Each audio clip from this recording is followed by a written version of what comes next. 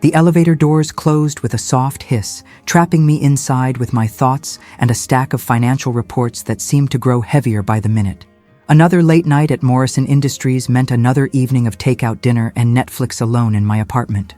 At 45, I had grown accustomed to the routine, but some nights the silence felt more crushing than others. I pushed the thought away as the elevator climbed to the 42nd floor. Richard Morrison, my boss and CEO of one of the city's largest investment firms, expected these quarterly reports first thing tomorrow morning. Missing deadlines wasn't an option in my world, especially not when single women my age were constantly being replaced by younger, hungrier candidates. The elevator dinged, and I stepped into the executive floor's marble-lined hallway. The lights were dimmed for the evening, casting long shadows across the polished surfaces. I expected the floor to be empty except for security, but as I approached my office, I heard something unexpected: crying. Not the professional tears of a stressed executive, but the heartbroken sobs of a child. I followed the sound down the hallway toward Mr. Morrison's corner office.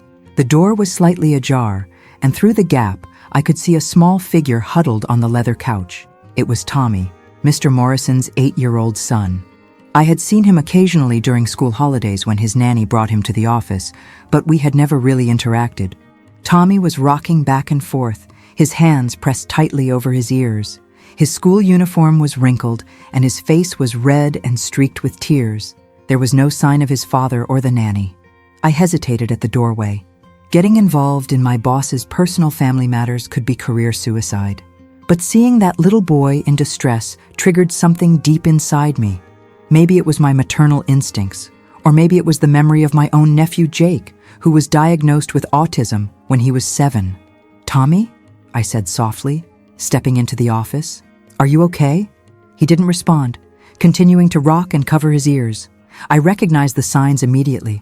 He was having a sensory overload meltdown, probably triggered by the office's fluorescent lights and the constant hum of the air conditioning system. I quickly dimmed the lights and moved slowly toward the couch, keeping my voice low and calm. "My name is Vanessa. I work with your daddy. Can you hear me, Tommy?" His rocking slowed slightly, but he kept his hands over his ears. I knelt down beside the couch, careful not to invade his personal space. "I know everything feels too loud and too bright right now. That's okay. We're going to make it better." From my purse, I pulled out a small stress ball, a remnant from my own anxiety management toolkit. I placed it gently on the couch beside him, not forcing him to take it, just offering it as an option. "This helps me when I feel overwhelmed," I said. "You can squeeze it if you want to, or you can just leave it there. Whatever feels right." Tommy peeked at me through his fingers, his eyes still filled with tears, but showing a flicker of curiosity. I began humming softly, a lullaby I used to sing to my sister's children. It was something I learned from Jake's therapist years ago. Sometimes, gentle, predictable sounds could help ground children with autism during overwhelming moments. Gradually, Tommy's rocking slowed, and his hands moved away from his ears. He reached for the stress ball tentatively, squeezing it with both hands. "That's perfect," I whispered. "You're doing so well." We sat in comfortable silence for several minutes, Tommy squeezing the ball while I continued humming. The fluorescent lights buzzed overhead, but with them dimmed, the harshness was more manageable. "Where's your daddy?" I asked gently. "Meeting," Tommy said, his voice barely audible. Loud voices, angry voices. I got scared. My heart ached for him. Mr. Morrison must be in one of his notorious late-night conference calls with overseas clients. Those meetings could go on for hours, and the raised voices probably sent Tommy into sensory overload. Before you continue reading, please subscribe to our channel and hit that notification bell. I have so many more stories to share with you, and you won't want to miss what happens next. Also, let me know in the comments where you're watching from. "Would you like me to call your daddy and tell him you need him?" I offered. Tommy shook his head vigorously. "No, he's working, important work, can't bother him." The way he said it broke my heart. This little boy had been conditioned to believe his needs came second to his father's business demands. "Tommy, listen to me," I said, maintaining eye contact. "You are more important than any meeting or any amount of money. You are the most important thing in your daddy's whole world." He looked at me skeptically. and I realized this child had been carrying a heavy burden of feeling like an inconvenience. "How about we make a quiet space right here until your daddy is finished?" I suggested. "We can turn off the big lights completely and use just the desk lamp. Would that feel better?" Tommy nodded, still clutching the stress ball. I moved carefully around the office, switching off the overhead fluorescents and turning on Mr. Morrison's desk lamp, which cast a warm, gentle glow. I found a soft throw blanket draped over one of the chairs and offered it to Tommy. "This can be your quiet cocoon," I said. As Tommy wrapped himself in the blanket, I noticed a framed photo on Mr. Morrison's desk, a picture of him and Tommy at what looked like a baseball game. Both were smiling, Tommy wearing a team jersey that was clearly too big for him. It was obvious that Mr. Morrison loved his son deeply, but maybe he didn't fully understand how to navigate Tommy's autism. "Tell me about this picture," I said, pointing to the frame. Tommy's face lit up for the first time since I found him. "Yankees game. Daddy took me for my birthday. We ate hot dogs and peanuts. I counted all the players' numbers." "You like numbers?" "I like when things have patterns. Numbers have patterns. Baseball has patterns too. 3 strikes, 4 balls, 9 innings." I smiled, remembering Jake's fascination with patterns and systems. "That's a superpower, Tommy. Not everyone can see patterns the way you do." We talked quietly about baseball statistics and number patterns, Tommy gradually relaxing as he shared his interests. I found myself genuinely enjoying our conversation. His unique perspective was refreshing and intelligent in ways that many adults couldn't match. Then I heard footsteps in the hallway, followed by a familiar voice. "Tommy, Tommy, where are you?" Mr. Morrison's voice was tight with panic. "In here, Daddy," Tommy called out, but he tensed up again, clearly worried about getting in trouble. The office door swung open, and Richard Morrison stepped inside, his usually perfect hair disheveled and his tie loosened. His eyes immediately found Tommy on the couch, then shifted to me, kneeling beside his son. For a moment, nobody spoke. Mr. Morrison's expression was unreadable, and I felt my stomach drop. Had I overstepped? Was my career about to end because I had interfered in a family situation? But then something unexpected happened. Mr. Morrison's eyes filled with tears as he took in the scene. The dimmed lights, his son calm and comfortable, the evidence of genuine care and understanding. "Vanessa helped me," Tommy said simply. "She made the lights quiet and gave me a squeeze ball. She knows about patterns too." Mr. Morrison looked directly at me, and in his eyes, I saw something I had never seen before. Gratitude so profound it seemed to transform his entire demeanor. "Thank you," he said, his voice thick with emotion. I didn't know what to do. He was so upset when I left him with Mrs. Patterson, and when I came back, he was overwhelmed," I explained gently. "The fluorescent lights and office sounds can be too much sometimes. He just needed a quiet space to regulate." Mr. Morrison nodded, clearly processing this information. "How did you know what to do?" "My nephew has autism," I said. "I've learned a few things over the years." "What, Mr. Morrison said next would change everything, but I had no idea that this moment of simple human compassion was about to turn my entire life upside down.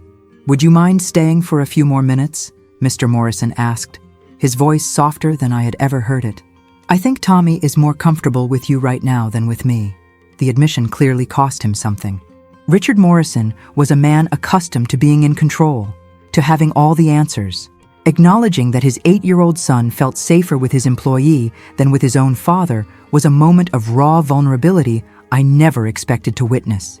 "Of course," I said, settling back down beside Tommy, who had wrapped the blanket around himself like a protective cocoon. "Mr. Morrison pulled up a chair, keeping a respectful distance but staying close enough to be part of the conversation. "Tommy, can you tell me what happened tonight? What made you upset?" Tommy buried his face deeper into the blanket. The voices were loud, really loud, and Mrs. Patterson was watching her phone and didn't hear me when I said my head hurt. I could see Mr. Morrison's jaw tighten. Mrs. Patterson was Tommy's elderly nanny, and while she was kind, she clearly wasn't equipped to handle the specific needs of a child with autism. "The meeting was with the Tokyo investors," Mr. Morrison explained to me, though his eyes remained on Tommy. "They were intense tonight. Lots of shouting about market fluctuations. Daddy, Why do grown-ups yell when they talk about money? Tommy asked, peeking out from his blanket. The question seemed to catch Mr. Morrison off guard. Well, sometimes when people care about something a lot, they get excited and their voices get loud. But Vanessa talks about important things quietly, Tommy observed. She told me about my brain being special, and she used quiet words. Mr. Morrison looked at me with something that might have been envy. What exactly did you tell him? I chose my words carefully, aware that I was treading on sensitive ground. I told him that seeing patterns and understanding systems the way he does is like having a superpower.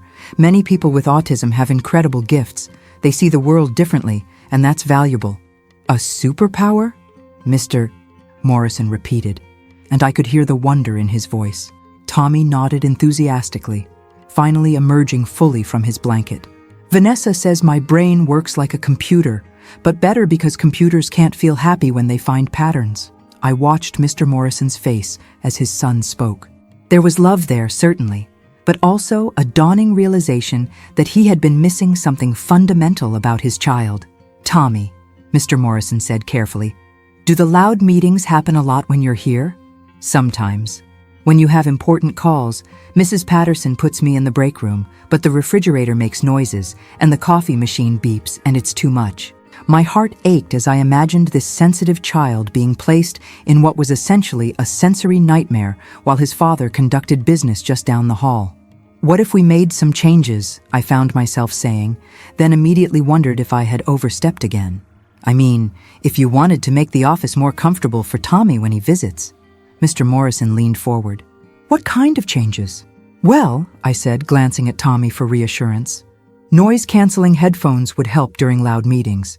And maybe a quiet corner with soft lighting, some sensory toys, books about his favorite subjects. I like books about space, Tommy added helpfully. And trains, and maps. Maps? Mr. Morrison asked. I memorized the subway map, Tommy said proudly. All the lines and all the stops. Want me to recite them?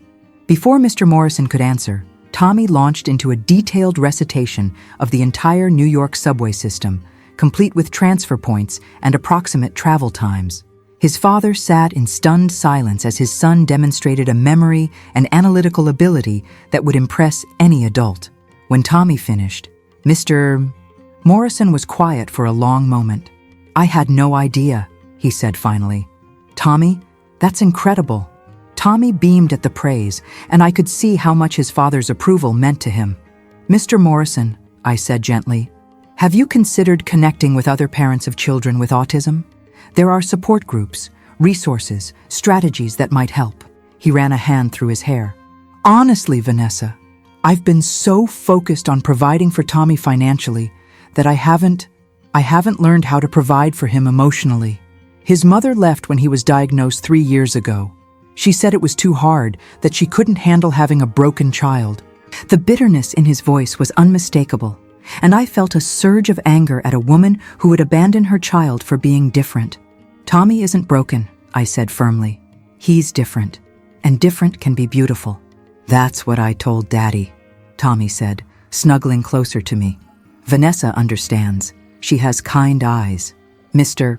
Morrison watched this interaction with an expression I couldn't quite read. Vanessa, would you be willing to help me? To teach me what you know about autism? The request hung in the air between us. I thought about my comfortable routine, my predictable evenings alone, my carefully maintained professional boundaries. Then I looked at Tommy, this brilliant little boy who just needed someone to see him for who he truly was. I'm not an expert, I said carefully. I just know what I've learned from my nephew and his family. That's more than I know, Mr. Morrison admitted. I've been flying blind for 3 years, hiring nannies and hoping for the best. But tonight, watching you with Tommy, you understood him in 10 minutes better than I have in years. Tommy had fallen asleep against my shoulder, exhausted from the emotional stress of the evening. Mr. Morrison gently lifted his son, cradling him with a tenderness that made my chest tight. Let me drive you home, he said. It's the least I can do. That's not necessary. Please, he interrupted. I insist. As we rode down in the elevator, Tommy sleeping peacefully in his father's arms, Mr. Morrison spoke quietly. My driver is waiting downstairs. I'll have him take you home, and I'll take Tommy back to the apartment. Mr. Morrison, I said as we reached the lobby, what happened tonight? It doesn't have to change anything at work. I don't want you to feel obligated. Vanessa, he said, stopping me mid-sentence. What happened tonight changed everything. You showed my son more compassion and understanding in 1 hour than he's received from anyone else since his diagnosis. That's not something I take lightly. The lobby was quiet, except for the security guard nodding at us from his desk. Mr. Morrison's black sedan was waiting outside, the driver already moving to open the door. I have a proposition for you, Mr. Morrison said as we approached the car, but I want you to think about it carefully before you answer. My pulse quickened. What kind of proposition? I want to offer you a new position, not replacing your current job, but in addition to it. I want you to help me create a proper environment for Tommy here at the office. Help me understand how to be a better father to him. Help me navigate this world that I clearly don't understand. I stared at him, trying to process what he was suggesting. Mr. Morrison, I'm not qualified to... You're the most qualified person I know, he said simply. You saw my son's needs and responded with exactly what he needed. You didn't try to fix him or change him. You accepted him and worked with him. Tommy stirred in his father's arms, mumbling something about train schedules in his sleep. I'll pay you double your current salary, Mr. Morrison continued, and I'll cover any training or certification you might want to pursue in autism support. All I ask is that you help me become the father Tommy deserves. The offer was staggering, but it wasn't the money that made my heart race. It was the possibility of making a real difference in this little boy's life, of helping a father connect with his son in a meaningful way. I need time to think about it, I said. Of course, take all the time you need. As the driver held the car door open for me, Mr. Morrison added, Vanessa, regardless of what you decide about the position, I want you to know that what you did tonight matters. You gave my son something precious. You gave him understanding. I settled into the leather seat, my mind reeling as the car pulled away from the building. Through the rear window, I watched Mr. Morrison disappear into the lobby, his sleeping son safe in his arms. But as we drove through the city streets toward my apartment, I couldn't shake the feeling that there was more to Mr. Morrison's offer than simple gratitude. The way he had looked at me, the emotion in his voice, the vulnerability he had shown, it felt like something deeper was happening here. What I didn't know was that in just a few hours, I would discover the real reason behind his generous offer, and it would shake the foundation of everything I thought I understood about my boss, his son, and the life I thought I was building. I barely slept that night. My mind kept replaying the scene in Mr. Morrison's office, Tommy's tears, the way he had trusted me so quickly, the gratitude in his father's eyes. But it was more than the memory of the evening that kept me awake. It was the weight of the decision I now faced. Double my salary would mean financial security I had never experienced. I could pay off my student loans, maybe even buy a small house instead of renting my cramped apartment. But the money wasn't what made my heart race every time I thought about Mr. Morrison's offer. It was the chance to make a real difference in a child's life. The next morning, I arrived at the office earlier than usual, hoping to catch up on the reports I had abandoned the night before. The executive floor was quiet, the morning light streaming through the floor-to-ceiling windows, casting everything in a golden glow. As I settled at my desk with a cup of coffee, I heard familiar voices coming from Mr. Morrison's office. The door was closed, but the sounds of an argument were unmistakable. "This is absolutely unacceptable, Richard." The voice belonged to Margaret Morrison, Mr. Morrison's mother, and the company's founding partner. "You cannot continue to bring that child to the office. It's disruptive and unprofessional." "Tommy is my son, Mother." Mr. Morrison's voice was controlled but tense. "And after last night, I realize he needs to be around people who understand him better." "What happened last night?" "Mrs. Patterson said there was some kind of incident." I tried to focus on my computer screen, but it was impossible to ignore the conversation. My stomach knotted as I realized they were discussing Tommy's meltdown. "Tommy had a sensory overload during my Tokyo call," Mr. Morrison explained. "Vanessa from accounting found him and helped him through it. She knew exactly what to do." There was a pause, and when Margaret spoke again, her voice was sharp. "Vanessa Miller? Richard, you cannot be serious. She's an employee, not a medical professional." She has experience with autism through her family, more experience than any of the nannies I've hired. Experience? Margaret's voice rose. Richard, listen to yourself. You're talking about entrusting your son's care to someone from the accounting department. What will people think? I don't care what people think. I care about Tommy. And I care about this company. Do you have any idea what it looks like when the CEO's child is having episodes in the office? We have investors to think about, a reputation to maintain. The words hit me like a physical blow. Episodes, as if Tommy's autism was something shameful to be hidden away. Mother, we're not having this conversation again. Oh, yes, we are. I've been patient with your insistence on bringing Tommy here, but this has gone too far. Either you find a proper facility for that boy, or I will take steps to ensure this company isn't damaged by your poor judgment. My coffee cup shook in my hands. A proper facility? She was talking about institutionalizing Tommy because his autism was inconvenient for business appearances. Tommy stays with me, Mr. Morrison said firmly. And if you have a problem with that, we can discuss your role in this company. The threat was unmistakable. Margaret's response was ice cold. Don't threaten me, Richard. I built this company from nothing while you were in business school. I can destroy everything you've worked for. Try it. The office door flew open and Margaret Morrison stormed out, her silver hair perfectly styled despite the early hour. She was a formidable woman in her 70s, always impeccably dressed and commanding respect through sheer force of will. When she saw me at my desk, her eyes narrowed. "Miss Miller," she said, approaching my workstation. "I understand you were involved in last night's situation with my grandson."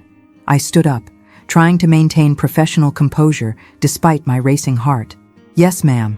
I helped Tommy when he was upset." "I see." Her gaze was calculating. "And I suppose my son has filled your head with ideas about your qualifications to handle such situations?" The condescension in her voice was unmistakable. "I just did what anyone would do for a distressed child." "Not anyone, Miss Miller. Most people would have called security and had the disruption removed from the premises." The cruelty of her words left me speechless. She was talking about Tommy as if he were a problem to be solved, rather than a child to be loved. "However," she continued, her tone shifting to something more calculating, "I understand you might be useful in managing this situation going forward." "I'm sorry?" Margaret glanced toward her son's office, then back at me. "Richard has unrealistic expectations about accommodating Tommy's condition. Perhaps someone with your background could help him understand the practical limitations of bringing a special needs child to a professional environment." I felt sick. She wanted me to discourage Mr. Morrison from including Tommy in his life, to convince him that his son was better off elsewhere. "Mrs. Morrison, I don't think you understand. Tommy isn't a problem to be managed. He's a brilliant little boy who just needs understanding and support." Her smile was sharp. "Miss Miller, you've worked for this company for 3 years. You're competent at your job, reliable, unremarkable, but you're also replaceable." The threat was clear. Support her position or lose my job. "However," she continued, "if you were to accept a position helping Richard transition Tommy into a more appropriate care situation, I would ensure your career here flourishes. A promotion to senior financial analyst, a significant raise, and my personal recommendation for advancement."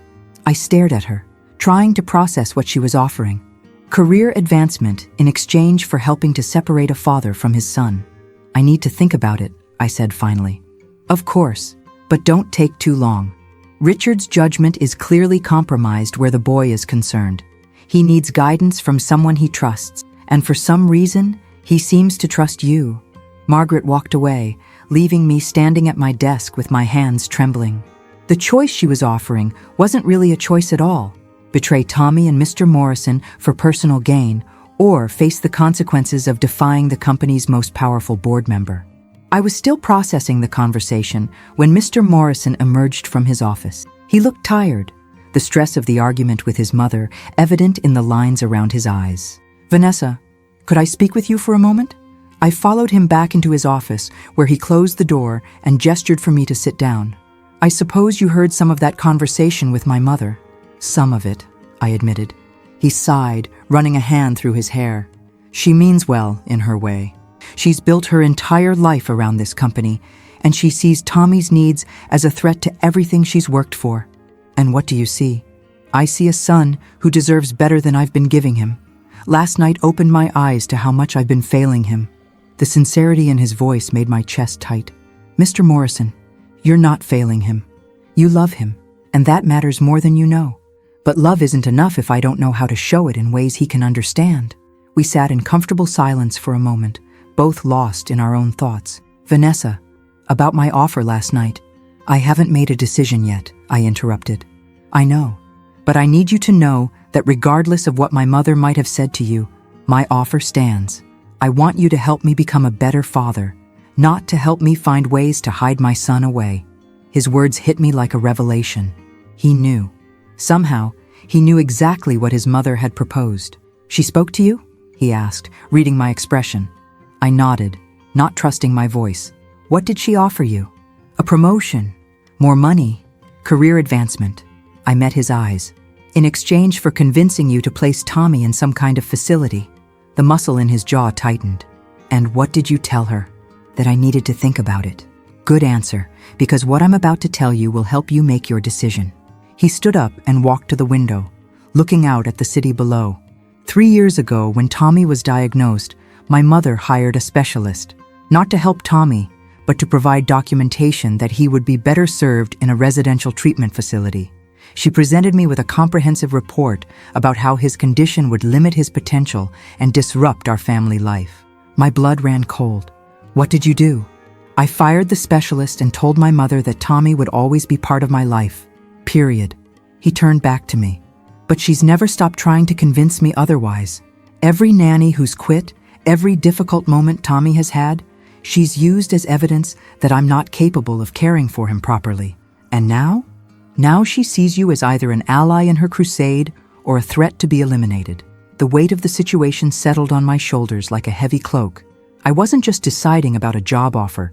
I was choosing sides in a family war where a little boy's future hung in the balance. Mr. Morrison, what happens if I say no to both offers? If I just go back to my regular job and pretend none of this happened? He looked at me with something that might have been disappointment. Then Tommy loses the first person outside of me who's ever truly seen him for who he is. And I lose the chance to learn how to be the father he needs. The office phone rang, interrupting our conversation. Mr. Morrison glanced at the caller ID and frowned. It's Tommy's school, he said, answering quickly. This is Richard Morrison. What? When did this happen? Is he hurt? I watched his face pale as he listened to whoever was on the other end of the line. I'll be right there, he said, hanging up. What's wrong? I asked, already knowing I wouldn't like the answer. Tommy's having a meltdown at school. They can't calm him down, and they've called an ambulance. My heart dropped. I'll come with you. Vanessa, you don't have to. Yes, I do. As we rushed toward the elevator, I realized that the decision about Mr. Morrison's offer had just been made for me. There was no way I could walk away from Tommy now, not when he needed people who understood him. But what I didn't know was that this school incident was just the beginning of a much larger problem, and the real reason behind Tommy's distress would reveal a truth that would change everything I thought I knew about the Morrison family. The ambulance was already at Jefferson Elementary when we arrived, its red and blue lights casting eerie shadows across the school parking lot. Mr. Morrison's driver had barely stopped the car before we were both running toward the building, my heels clicking frantically against the pavement. Inside, we found chaos. Tommy was on the floor of the principal's office, curled in a tight ball, while 2 paramedics tried unsuccessfully to calm him down. His screams pierced the air, a sound of pure distress that made my heart break. Sir, you need to stay back, one of the paramedics said, as Mr. Morrison tried to approach his son. That's my boy, Mr. Morrison said desperately. Tommy, Daddy's here. But Tommy's distress only seemed to intensify at the sound of his father's voice. He rolled away, his hands pressed tightly over his ears, his whole body shaking with the force of his sobs. I stepped forward carefully, remembering what had worked the night before.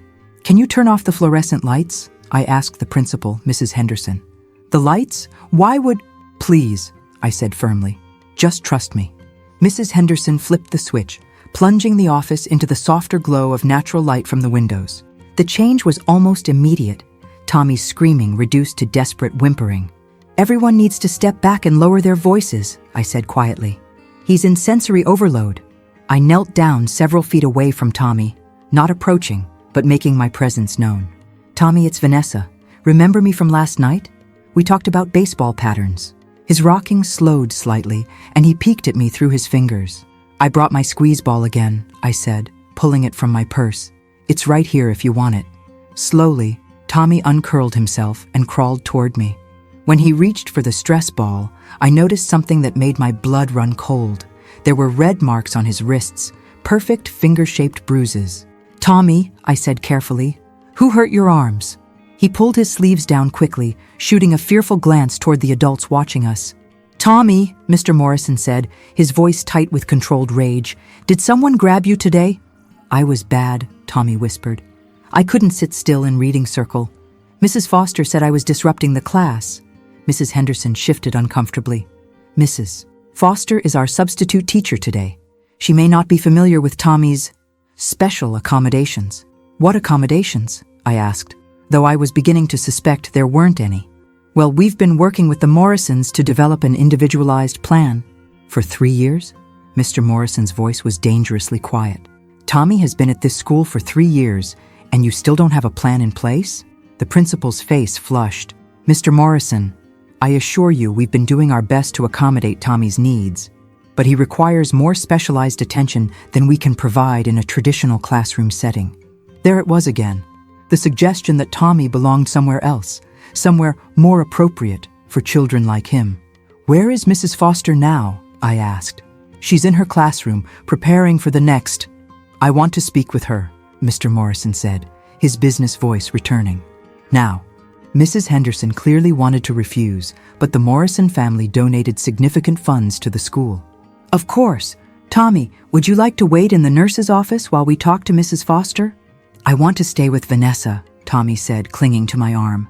That's fine, I said, then looked at Mr. Morrison. Maybe it would be better if I heard what happened directly from Tommy while you speak with the teacher.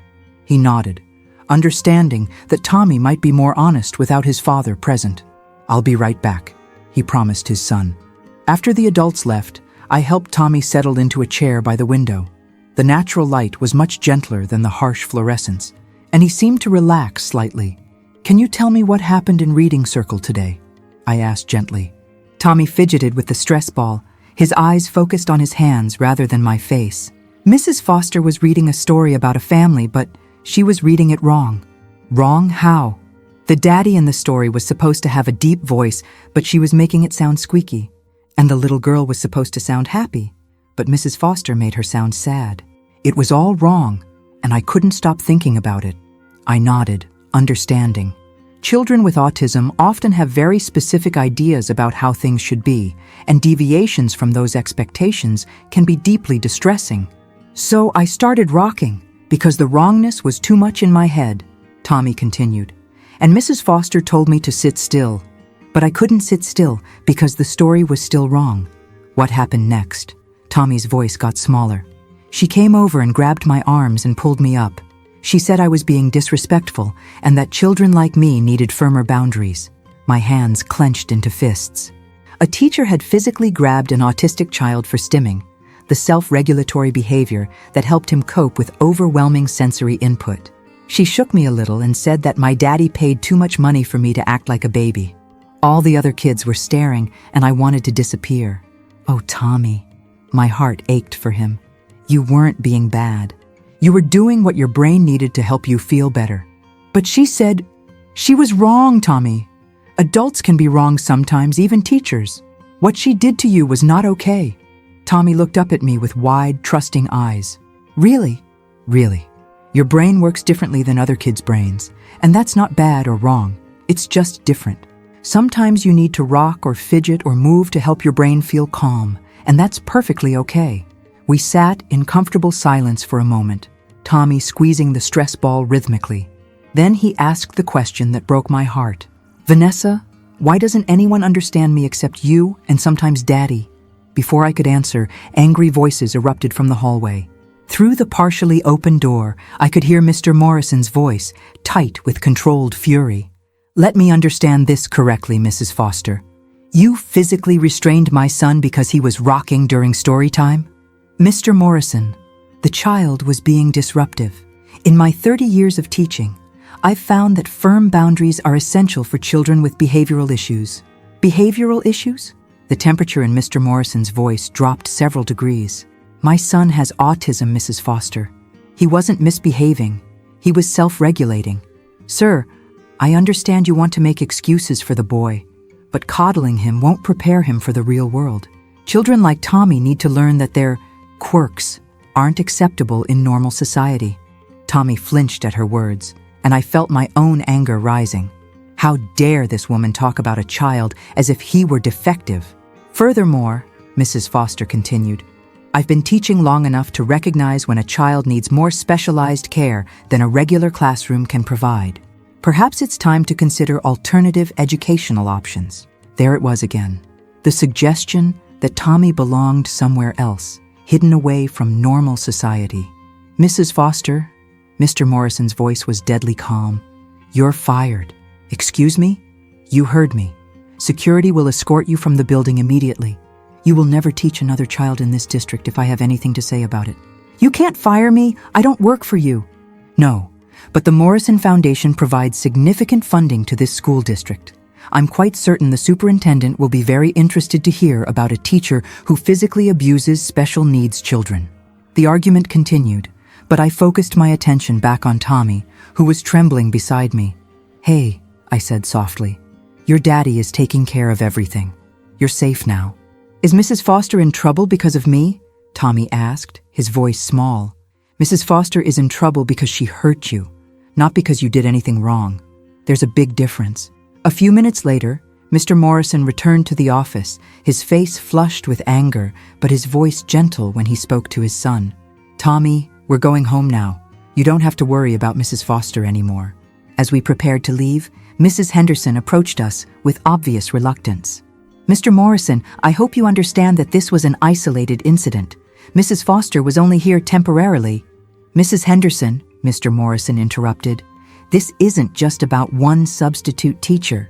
This is about a school system that has failed to provide appropriate support for my son for 3 years. We'll be discussing Tommy's future educational needs very carefully.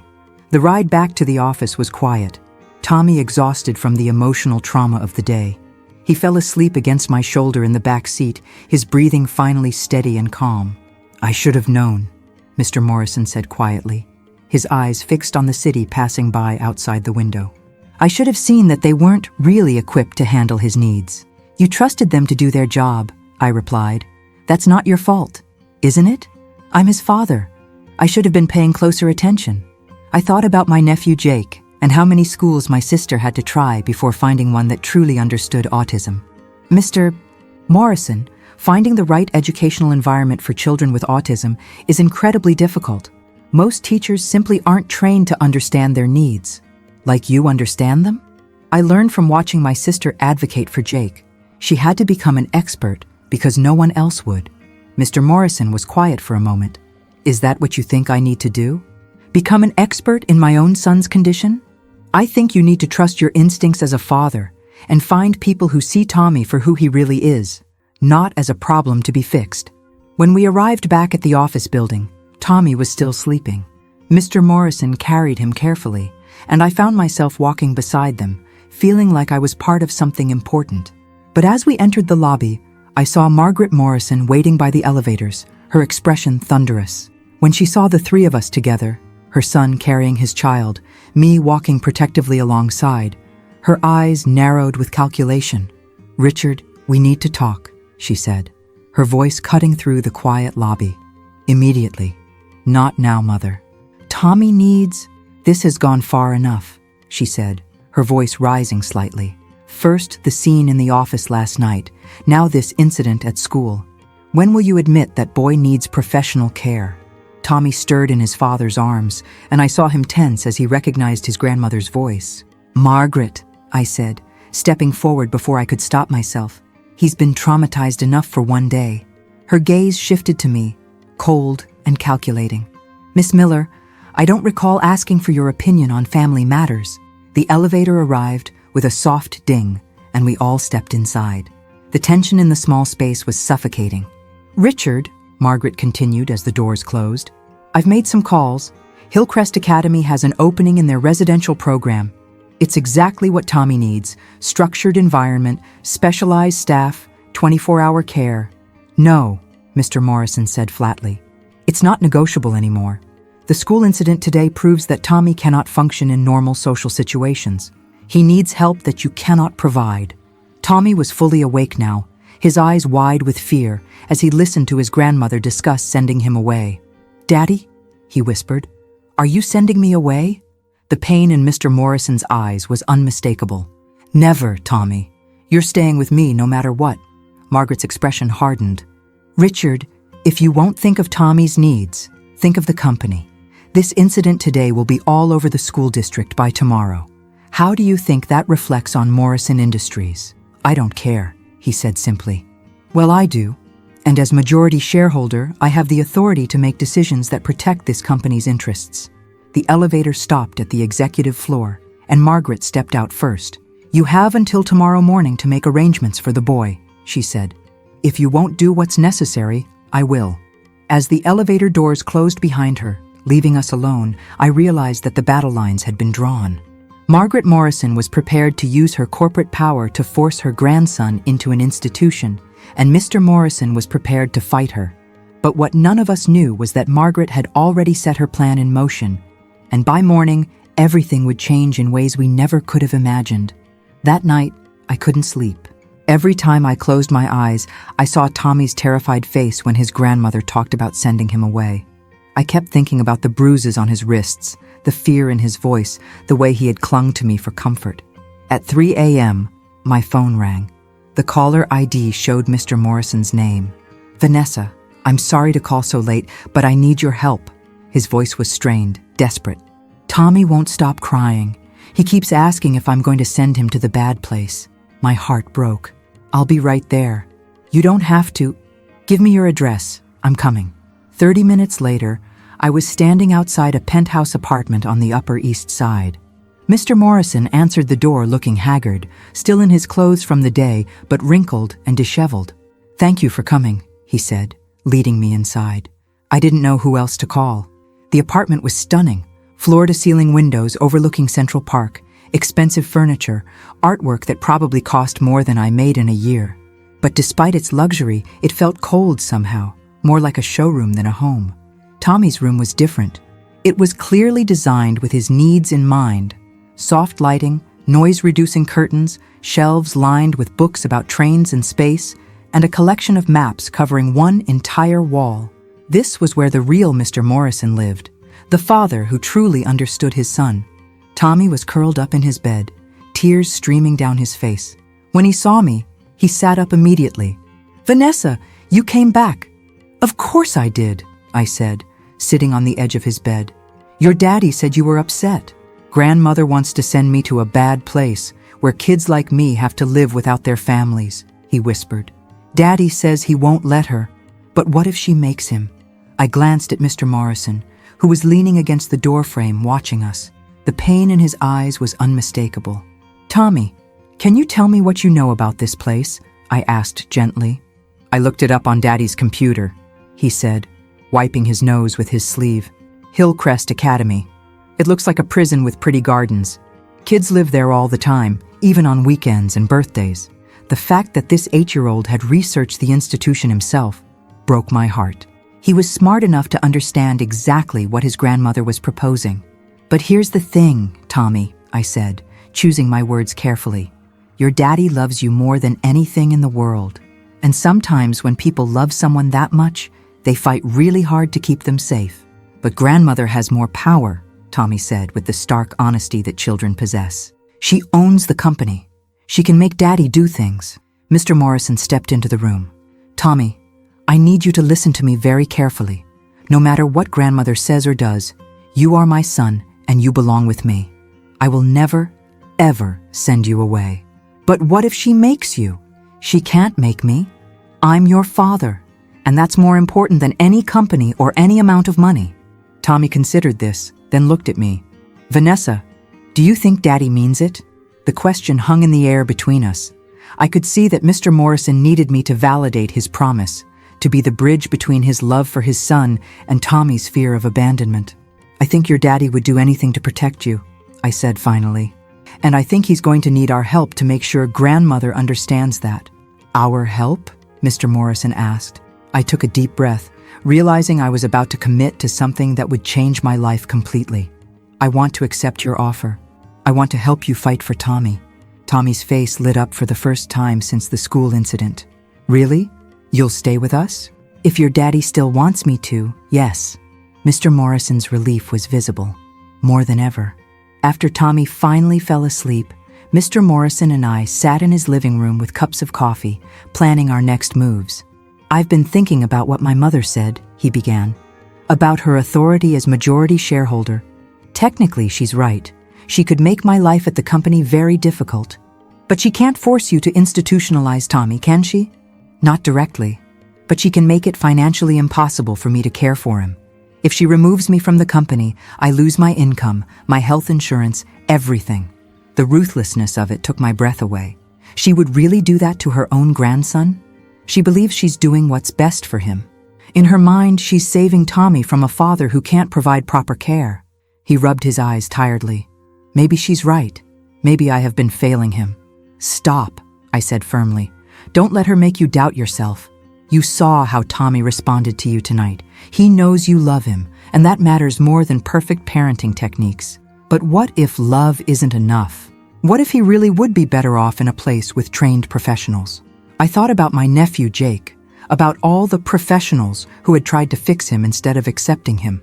"Mr. Morrison, can I tell you something about my nephew?" He nodded. When Jake was first diagnosed, everyone had opinions about what was best for him. Doctors, therapists, teachers, they all had plans to make him more normal. My sister tried everything they suggested: special diets, intensive therapy, behavioral modification programs. Did they help? Some of them, maybe. But what helped the most was when my sister stopped trying to fix Jake and started celebrating who he already was. She learned to see his autism as part of him, not something to be cured. Mr. Morrison was quiet for a long moment. How do I do that? How do I stop seeing Tommy's autism as something I need to manage and start seeing it as just Tommy? You start by trusting him, and by trusting yourself. My phone buzzed with a text message. I glanced at it and felt my blood run cold. "What is it?" Mr. Morrison asked, seeing my expression. I showed him the message from an unknown number. "Miss Miller, I hope you've considered my offer carefully. Some decisions cannot be undone." "Monsieur Morrison." "She's threatening you," Mr. Morrison said, his voice tight with anger. "It's not just a threat," I replied, my mind racing. "She's telling me that if I don't help convince you to send Tommy away, there will be consequences." "What kind of consequences?" Before I could answer, my phone rang. It was a number I didn't recognize, but something told me I should answer. "Vanessa Miller?" The voice was crisp, professional. "Yes? This is Detective Sarah Chen with the NYPD. I need to speak with you about some irregularities in your employment records." My stomach dropped. "What kind of irregularities?" "Ma'am, I'd prefer to discuss this in person. Could you come down to the station tomorrow morning?" "What is this about?" "There's been a report of potential financial fraud involving your department at Morrison Industries. We just need to ask you a few questions." The call ended, leaving me staring at the phone in shock. "Vanessa, what's wrong?" Mr. Morrison asked. "The police want to question me about financial fraud at the company." His face went white. "Financial fraud? That's impossible. Your records are spotless." "Unless someone made them not spotless," I said quietly. The implications hit us both at the same time. Margaret Morrison wasn't just threatening to remove Tommy from his father's care. She was systematically destroying anyone who might stand in her way. "She's framing you," Mr. Morrison said, his voice filled with disbelief. "My mother is framing you for a crime you didn't commit. The question is, what else is she willing to do to get what she wants?" As if in answer to my question, Mr. Morrison's phone buzzed with an urgent email. He read it, his face growing paler by the second. "What now?" I asked. "Child Protective Services has received an anonymous report about Tommy's care.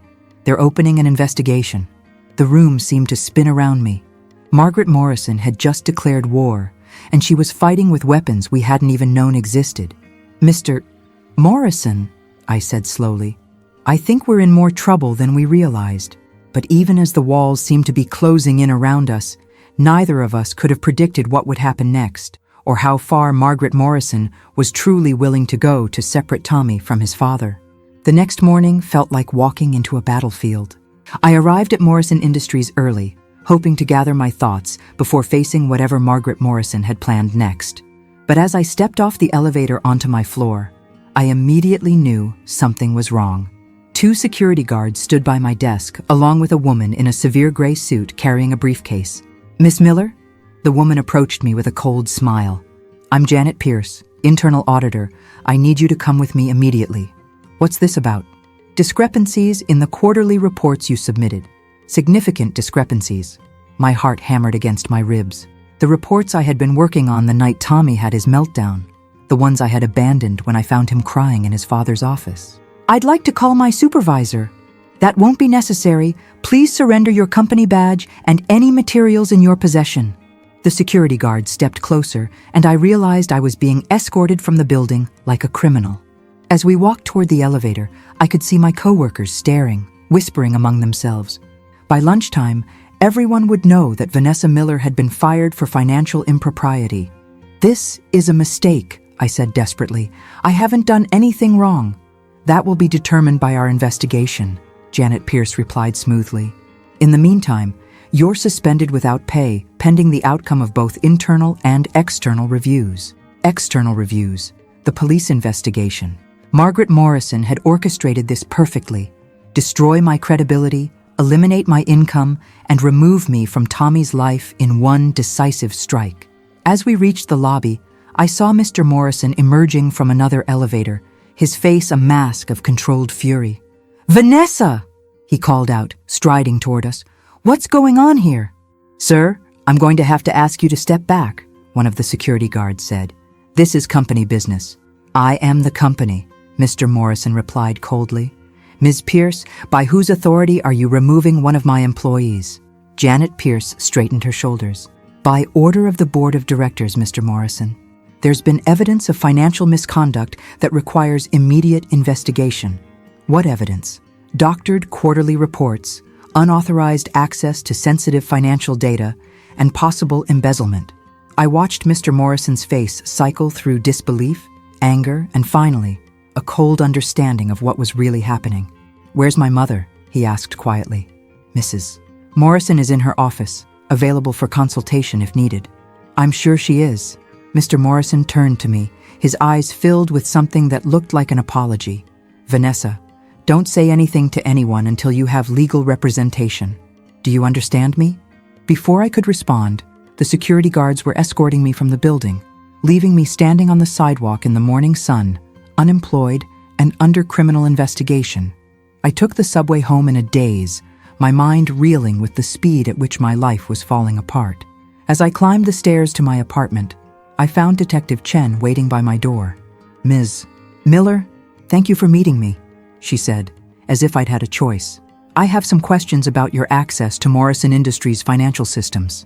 I want a lawyer, I said immediately, remembering Mr. Morrison's advice. That's your right, of course. But I should mention that cooperation usually goes a long way in cases like this. Cases like what, exactly? Detective Chen consulted her notebook. Embezzlement of approximately $200,000 over the past 6 months, falsification of corporate documents, and possible conspiracy to commit fraud. The numbers were staggering. If convicted, I could face years in prison. Detective, I've never stolen anything in my life. Someone is setting me up. That's what they all say, Ms. Miller. But the digital evidence is pretty conclusive. Your employee access codes, your computer login records, even surveillance footage of you working late on the nights the transactions occurred. Working late. The nights I had stayed after hours to complete reports, to be thorough, to prove my value to the company. Someone had used my dedication against me. I need to make a phone call, I said. Of course, but don't leave town, Ms. Miller. We'll have more questions soon. After the detective left, I sat in my tiny apartment staring at my phone. I should call a lawyer, should start preparing a defense. Instead, I found myself thinking about Tommy, about the promise I had made to help him. My phone rang. Mr. Morrison's name appeared on the screen. "Vanessa, are you all right?" "I've been better," I said, trying to keep my voice steady. "How's Tommy?" "He's struggling. He knows something is wrong, but I haven't told him about the investigation yet." "Mr. Morrison, I didn't do what they're accusing me of. I know that, and I'm going to prove it." "How?" "Your mother has obviously been planning this for a while. She has evidence, documentation, probably witnesses." "Maybe, but she made one mistake." "What's that?" "She underestimated how far I'm willing to go to protect the people I care about." The warmth in his voice made my throat tight. "I should tell you, Child Protective Services called me this morning. They want to interview me about Tommy's care." My heart sank. "What did you tell them?" "The truth, that Tommy is loved, well cared for, and thriving in his home environment. But they're still planning a home visit tomorrow." "Can they really take him away?" "Not without cause. But if they determine that I'm an unfit parent..." His voice trailed off. We both knew what that meant. Margaret Morrison's plan was working perfectly. Eliminate my support, undermine his parenting, and create the perfect storm that would justify placing Tommy in institutional care. "Mr. Morrison, maybe you should consider fighting fire with fire." "What do you mean?" "I mean, maybe it's time to investigate your mother's business practices. If she's willing to frame an innocent person, what else might she be hiding?" There was a long pause. "You're suggesting I spy on my own mother." "I'm suggesting you protect your son by any means necessary." Another pause, then. "There is something that's always bothered me about the company's charitable foundation. Mother controls all the donations, all the accounting. She's never allowed anyone else to review the books. That's unusual for a company your size, isn't it?" "Very unusual. But she claims it's for security reasons, that too many people with access increases the risk of fraud." The irony wasn't lost on either of us, Margaret Morrison citing fraud prevention while framing an innocent woman. "Mr. Morrison, if there are irregularities in the foundation's accounts, that could change everything. It could also destroy her, and despite everything she's done, she's still my mother." I understood his conflict, but I thought about Tommy's terrified face, about the bruises on his wrists from a teacher who thought children like him needed firmer boundaries. "Sometimes protecting the people we love means making hard choices," I said finally. "You're right. Tommy comes first, no matter what. What do you need me to do?" "Nothing. You have enough legal trouble already. But Vanessa, thank you for everything." After we hung up, I sat in the gathering darkness of my apartment, feeling utterly helpless. Outside, the city continued its relentless pace, people going about their normal lives while mine crumbled around me. But as I sat there, something occurred to me. Margaret Morrison had made her moves quickly and efficiently, but maybe too quickly. In her rush to destroy me and remove Tommy from his father's care, she might have left traces of her manipulation. I opened my laptop and began searching through my personal email, looking for any communications that might help prove my innocence. What I found was something far more interesting, an email thread between Margaret Morrison and Janet Pierce that had been accidentally copied to me 3 weeks ago. The subject line read, "Preparing documentation for MM situation." As I read through the messages, my blood ran cold. They weren't just planning to frame me for embezzlement. They were planning to use my supposed criminal activity as evidence that Mr. Morrison had poor judgment in personnel decisions, further proof that he was unfit to care for a special needs child. But buried in the email chain was something else, something that made me sit up straight in my chair. A reference to transferred foundation funds and temporary borrowing to cover operational expenses. Margaret Morrison hadn't just framed me for embezzlement. She had actually been embezzling money herself from her own family's charitable foundation, and she was using me as a scapegoat to cover her tracks. I grabbed my phone and called Mr. Morrison immediately. "I found something," I said without preamble. "Something that changes everything." "What did you find?" "Proof that your mother has been stealing from the Morrison Foundation, and proof that she's been planning this frame-up for weeks." The silence on the other end of the line stretched so long I thought he might have hung up. "Richard, are you there?" "I'm here," he said finally. "I'm just trying to process what you're telling me. Can you meet me somewhere? Somewhere private? I need to show you these emails." "Where?" "Central Park. The playground near the reservoir. In 1 hour." "Why there?" I thought about Tommy, about his love of patterns and systems, about the way he had lit up when talking about the subway map. Because if we're going to save your son, we need to meet somewhere that reminds us what we're fighting for. As I prepared to leave my apartment with the evidence that could change everything, I had no idea that Margaret Morrison was already one step ahead of us, or that our meeting in the park would trigger events that would put Tommy in more danger than ever. Central Park at dusk was peaceful, the playground empty except for a few late joggers and dog walkers. I arrived early and chose a bench with a clear view of all approaches. 3 days of being investigated had made me paranoid about being followed. When Mr. Morrison arrived, he looked like he had aged 10 years. His usually perfect appearance was disheveled, his tie loosened, his hair uncombed. He carried a briefcase and wore the expression of a man carrying an impossible burden. "Show me," he said without preamble, settling beside me on the bench. I opened my laptop and pulled up the email thread. As he read, I watched his face cycle through disbelief, anger, and something that looked like grief. "She's been stealing from the foundation for 2 years," he said quietly. "Nearly $500,000. And using the money for what? Operating expenses, according to this, which means the company has been in worse financial trouble than I knew." He closed his eyes. "She's been covering losses with charity money, then using you as a scapegoat to hide the theft. But why frame me specifically? She could have used anyone in the accounting department." Mr. Morrison looked at me with something that might have been admiration. "Because you're the only person Tommy has ever connected with besides me. Removing you eliminates his strongest advocate." The calculation was breathtaking in its cruelty.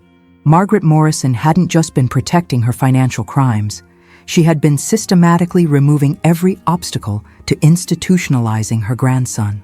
"There's something else," Mr. Morrison said, opening his briefcase. "I did some investigating of my own today, about Hillcrest Academy." He handed me a folder filled with documents. "My mother isn't just on their advisory board. She's their largest private donor. She's been funding them for 3 years, ever since Tommy was diagnosed." I flipped through the paperwork, my stomach sinking with each page. Financial records showing regular donations from the Morrison Foundation to Hillcrest Academy. Board meeting minutes discussing appropriate placements for challenging cases. A contract outlining Margaret Morrison's financial commitment in exchange for priority admission for family members. "She's been planning this since the beginning," I breathed. "The donations, the board position, everything. She's been preparing to have Tommy institutionalized for 3 years, and I never saw it. I thought she was just being generous, supporting special needs education. She was supporting it, just not in the way you thought." My phone buzzed with a text message from an unknown number. "Ms. Miller, you have something that belongs to me. Return it immediately or face additional consequences." Mr. Morrison saw my expression. "What now?" I showed him the message. "She knows about the emails." "How is that possible?"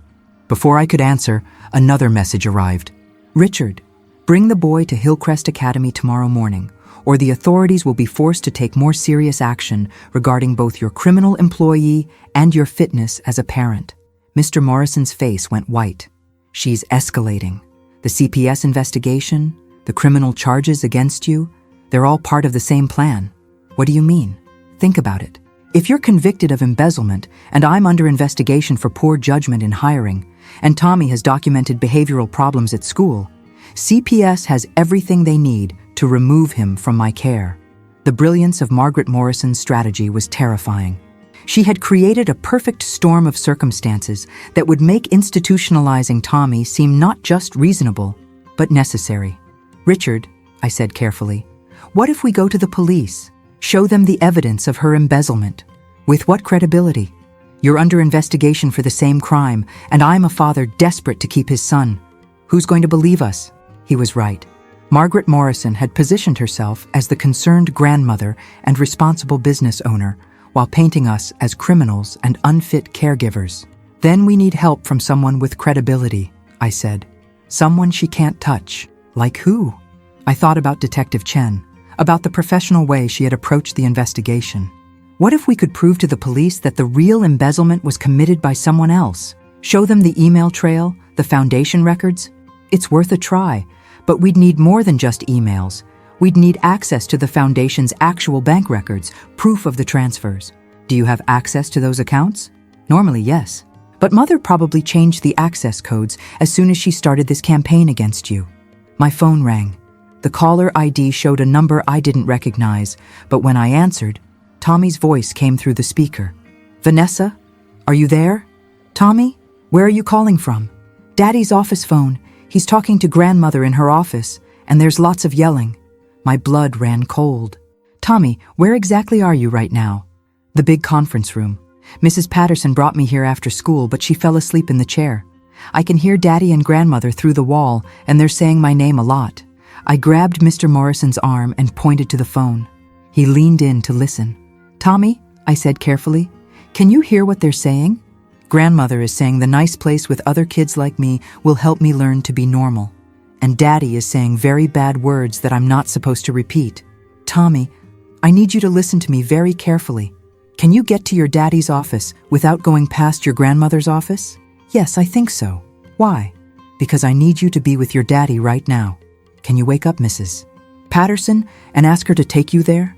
But what if I get in trouble for interrupting? The trust in his voice broke my heart. Even now, this little boy was more worried about being good than about his own safety. You won't get in trouble, Tommy. Your daddy needs you right now. Okay, Vanessa? Yes? Are you and Daddy going to keep me safe from the place with no families? I looked at Mr. Morrison, who was already standing up, his jaw set with determination. Yes, Tommy, we're going to keep you safe. I promise. After we hung up, Mr. Morrison turned to me. I have to get back there. If my mother is confronting me directly, it means she's ready to make her final move. I'm coming with you. Vanessa, you can't. You're banned from the building, remember? Then meet me after. Call me as soon as you can. He nodded, already walking quickly toward the park exit. Whatever happens, save those emails. They're the only proof we have. As I watched him disappear into the evening crowd, I felt a chill that had nothing to do with the autumn air. Margaret Morrison had been planning this for 3 years, and she was clearly ready to end it tonight. But what none of us knew was that Tommy, in his unique way, was about to do something that would change everything. And Margaret Morrison's perfect plan was about to encounter the one variable she had never considered, the fierce intelligence and surprising courage of the grandson she had so drastically underestimated. I waited in the park for what felt like hours, my phone clutched in my hand, jumping at every notification. Finally, at nearly 9 p.m., Mr. Morrison called. It's over, he said, his voice thick with exhaustion.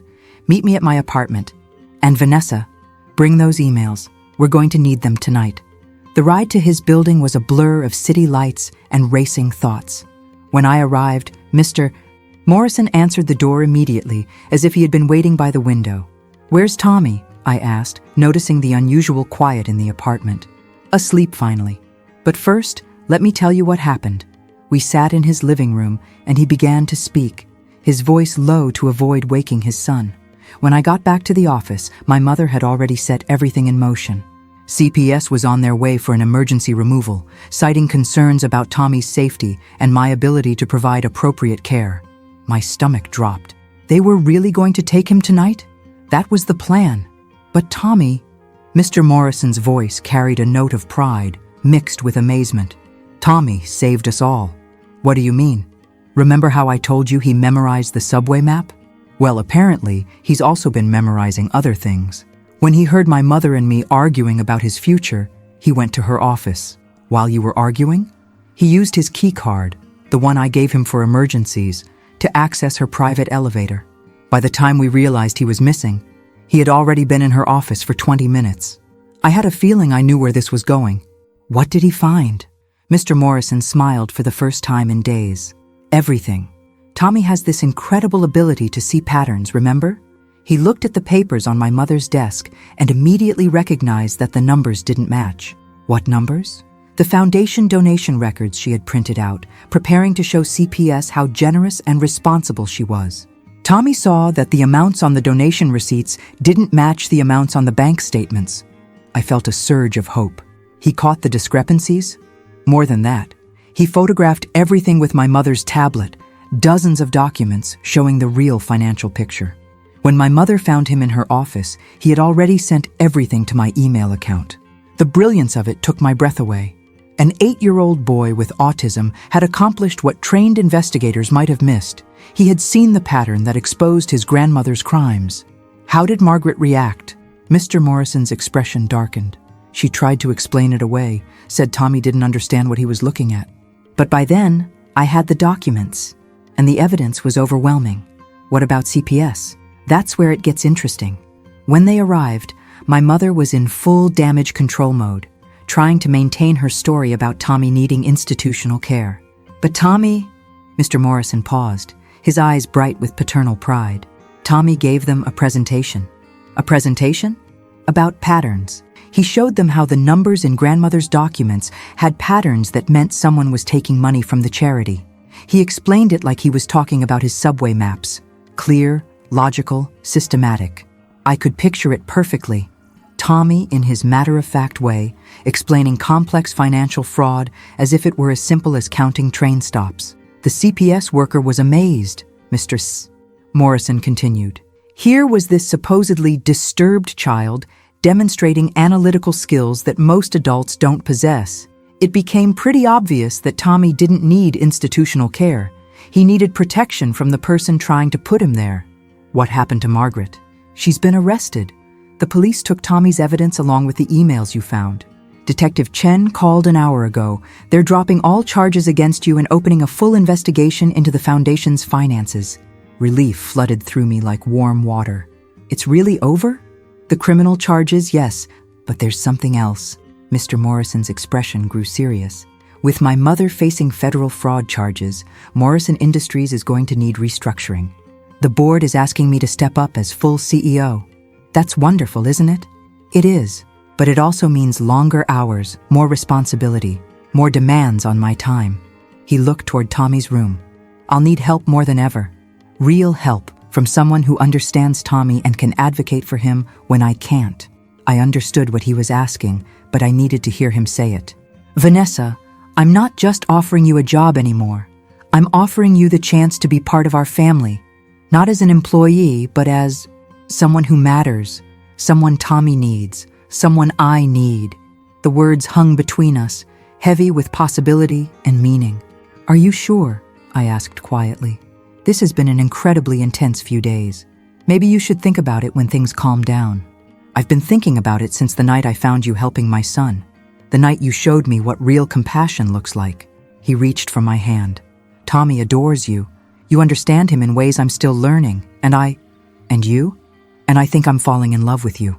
The admission was quiet, tentative, but it hit me like a thunderbolt.